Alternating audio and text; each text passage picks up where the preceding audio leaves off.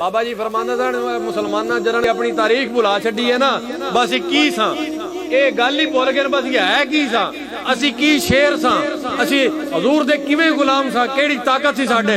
उदों दे पूरे दुनिया उत्ते जलील हुंदे ने। सुल्तान सुलेमान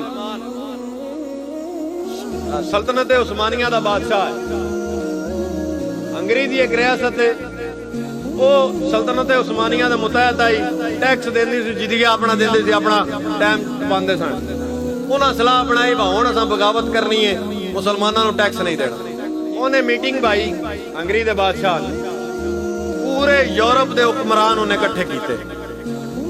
यूरोप सारे के हुक्मरान इकट्ठे करके उन्हें आख्या फौजा सारियां इकट्ठे करिए, इकट्ठे होके दे ना मुसलमानों नाल जंग लड़ीए ते छड्डना नहीं ना।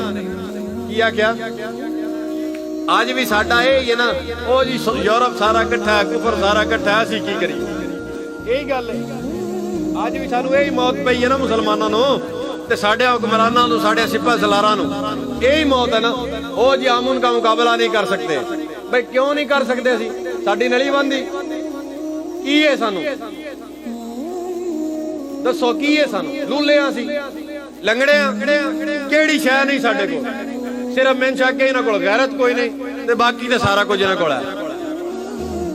सारे यूरोप ने मीटिंग की, उन्हें आख्या इकट्ठे होके हुण सल्तनत उस्मानिया ने इन्हां नूं छड्डना नहीं। 2 लाख फौज इन्हां इकट्ठी की। किन्नी?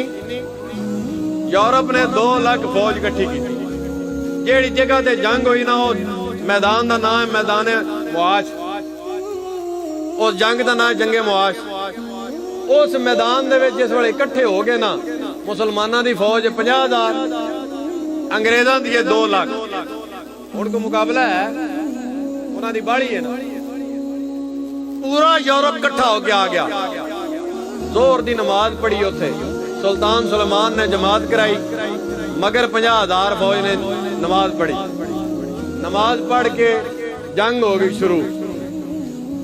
पूरे 1.5 घंटे बाद हजूर दे गुलामा 20,000 ईसाई वड़ दिता। 20,000 तो बाद गिरफ्तार कर ले, बाकी सारे नस गए।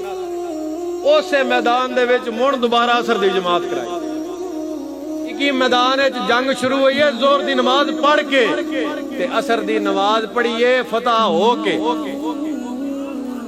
1.5 घंटे दे विच विच पूरे यूरोप ने लित्तर मार के उन्हें अगे ला दिता।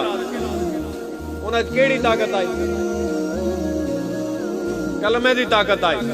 ये इल्लामा इकबाल दा तेरी गैरत का तकादा है, उठ बेदार हो, लापे फिर अल्लाह अकबर और हाथ में तलवार हो।